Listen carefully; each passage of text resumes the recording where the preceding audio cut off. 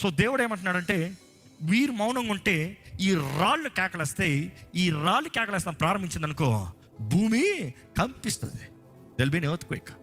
ఇక మాటలు చెప్పాలంటే, దేవుని మహిమపరచాలనేది సృష్టి అంతా ఎదురు చూస్తుంది. సృష్టి అంతా ఆయన నామ మహిమార్థమై చేయబడింది.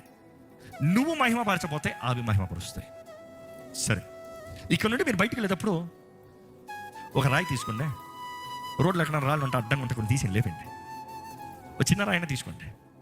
తీసుకుని వెళ్ళి భద్రంగా మీకు కనబడే చోట దాన్ని భద్రంగా పెట్టుకోండి. ఎందుకు పెట్టుకోవాలంటావా? జాగ్రత్తగా నువ్వు చెప్పురా. నీవు దేవుని మహిమపరచాల్సిన వ్యక్తివి మహిమపరచకపోతే నీ మొదలుగా నువ్వు తీసుకున్న రాయి చాలు మహిమపరుస్తానికి. అబ్బో నేను కాబట్టి దేవుడు అంత సీనకర్లే. నువ్వు తీసుకున్న రాయి. సో ప్రతిరోజు నిద్ర లేచిన జ్ఞాపకం చేసుకో, ఒరే నేను మహిమపరచకపోతే ఈ రాయి మహిమపరుస్తాను. నా జాబ్ ఇక్కడికి వెళ్ళిపోతుంది, నా పని అక్కడికి వెళ్ళిపోతుంది, నాది అక్కడికి వెళ్ళిపోతుంది. మీకు అర్థమయ్యేలాగా కొంచెం సింప్లిఫై చేసి చెప్పనా?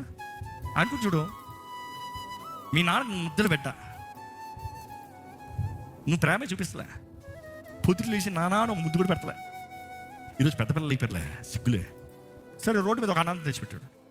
అన్న నానా నానా my daddy my daddy my daddy కొనుక్కుంటే ఎట్లుంటుంది? మండదా?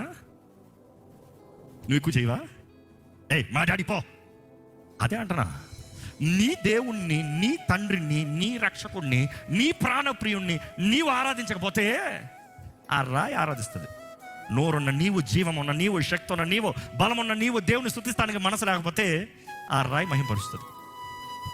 That is what I am trying to say. So I am telling you, remind yourself every single day. జీవం కలిగిన నీవు దేవుని స్తుతించాల్సిన నీవు దేవుని స్తుతించకపోతే దేవునికి స్తుతి రాకుండా పోతాను అనుకోవద్దు. రాళ్ళు కూడా స్తుతిస్తాయి. That is the essence of it.